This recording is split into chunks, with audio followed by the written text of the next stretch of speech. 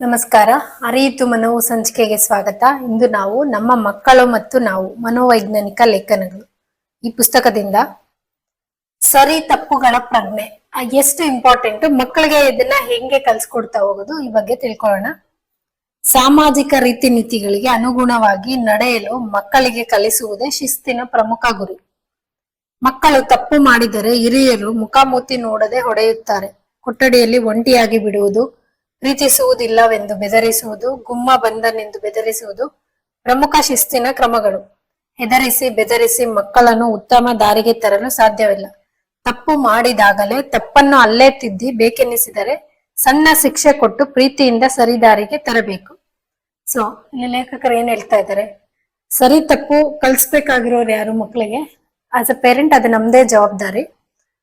ಸಮಾಜನು ಈ ನಿಟ್ಟಿನಲ್ಲಿ ಸಹಾಯ ಮಾಡತ್ತೆ. ಈಗ ಮಕ್ಳು ಏನಾದ್ರೂ ತಪ್ಪು ಮಾಡಿದಾಗ ಅದನ್ನ ಅಲ್ಲೇ ನೀವು ಮಾಡಿರೋದು ತಪ್ಪು ಅನ್ನೋದು ಅವ್ರಿಗೆ ಅರಿವು ಮೂಡಿಸ್ಬೇಕು. ಅವ್ರನ್ನ ನಾವು ಪ್ರೀತಿಸ್ತೀವಿ, ಆದ್ರೆ ಅವ್ರು ಮಾಡಿರೋ ಕೆಲ್ಸ ಅಕ್ಸೆಪ್ಟೆಡ್ ಅಲ್ಲ, ಅದನ್ನ ಕರೆಕ್ಟ್ ಮಾಡ್ಕೋಬೇಕು.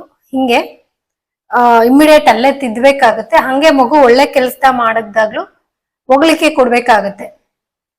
ಸೋಷಿಯಲ್ ರಿವಾರ್ಡ್ಸ್ ಅಂತೀವಿ, ಎಲ್ಲಾ ಸರಿನು ಮೆಟೀರಿಯಲಿಸ್ಟಿಕ್ ರಿವಾರ್ಡ್ಸ್ ಕೊಡೋ ಬದಲು ಮಗು ಒಳ್ಳೆ ಕೆಲಸ ಮಾಡಿದಾಗ ನೀನ್ ಇವತ್ತು ಮಾಡಿರೋ ಕೆಲಸ ಒಳ್ಳೇದು, ಇದಕ್ಕೆ ಅಪ್ರಿಸಿಯೇಷನ್ ರಿವಾರ್ಡ್ ಸಿಕ್ತಾಗ ಮಗು ನಾನು ಇಂಥ ಕೆಲಸಗಳನ್ನು ಮಾಡಿದ್ರೆ ನನ್ನ ಪೇರೆಂಟ್ಸ್ ಖುಷಿ ಪಡ್ತಾರೆ, ಇದು ಸೋಷಿಯಲಿ ಆಕ್ಸೆಪ್ಟೆಡ್ ಬಿಹೇವಿಯರ್, ಇದು ಈ ಅರಿವು ಮಗುಗೆ ಬರ್ತಾ ಹೋಗುತ್ತೆ.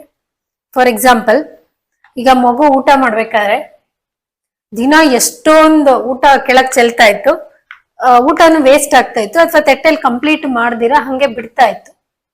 ಸೊ ಇದರಿಂದ ಊಟನು ವೇಸ್ಟ್ ಆಗುತ್ತೆ, ಅದಕ್ಕೆ ಸರಿಯಾದ ಪೌಷ್ಟಿಕಾಂಶನೂ ಸಿಗೋದಿಲ್ಲ. ಇದಕ್ಕೆ ಬೈಯೋ ಬದಲು ಹೇಗ್ ಮಾಡ್ಬೋದು? ಮಗುವಲ್ಲಿ ಏನ್ ಇಂಪ್ರೂವ್ ಆಗ್ತಾ ಇದೆ ಅದನ್ನ ಅಬ್ಸರ್ವ್ ಮಾಡಕ್ ಶುರು ಮಾಡಿ. Of course it will take A time, long process ಇದೆಲ್ಲ. ಮಗುಗೆ ಗ್ರಾಜುಯಲಿ ಟ್ರೈನ್ ಮಾಡ್ತಾ ಬರ್ಬೇಕಾಗತ್ತೆ. ಮಗು ಒಂದಿನ ಊಟ ತಿನ್ಬೇಕಾದ್ರೆ ಒಂದು 5-6 ಅಗ್ಲಷ್ಟೇ ಕಡಿಮೆ ಚೆಲ್ಲಿತ್ತು, ಅದಕ್ಕೆ ಅಪ್ರಿಸಿಯೇಷನ್ ಮಾಡೋದು. ನೋಡು ನಿನ್ನೆಯಿಂದ ಇವತ್ತು ಒಂಚೂರು ಕಡಿಮೆ ಚೆಲ್ಲಿದ್ಯಾ, ಗುಡ್, ಊಟದ ಬೆಲೆ ನಿನ್ಗೆ ಗೊತ್ತಾಗ್ತಾ ಇದೆ. ಕೈ ಫುಲ್ಲು ಮುಖ ಫುಲ್ಲು ಊಟ ಅಂಟಿಸ್ಕೊಂಡು ತಿನ್ನೋ ಬದಲು ಮಗು ನೀಟಾಗಿ ತಿಂತು ಅವತ್ತು, ವೆರಿ ಗುಡ್, ಎಷ್ಟು ನೀಟಾಗಿ ತಿಂದಿದ್ಯಾ ನೋಡು.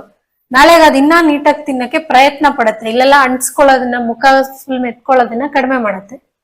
ಊಟ ಚೆಲ್ತಾ ಇರೋದು ನಿಧಾನವಾಗಿ ಕಡಿಮೆ ಆಗ್ತಾ ಬರುತ್ತೆ. ಅದ್ರ ತೆಟ್ಟನ್ನು ಕಂಪ್ಲೀಟ್ ಖಾಲಿ ಮಾಡಕ್ಕೆ ಪ್ರಯತ್ನ ಪಡತ್ತೆ ಅದು.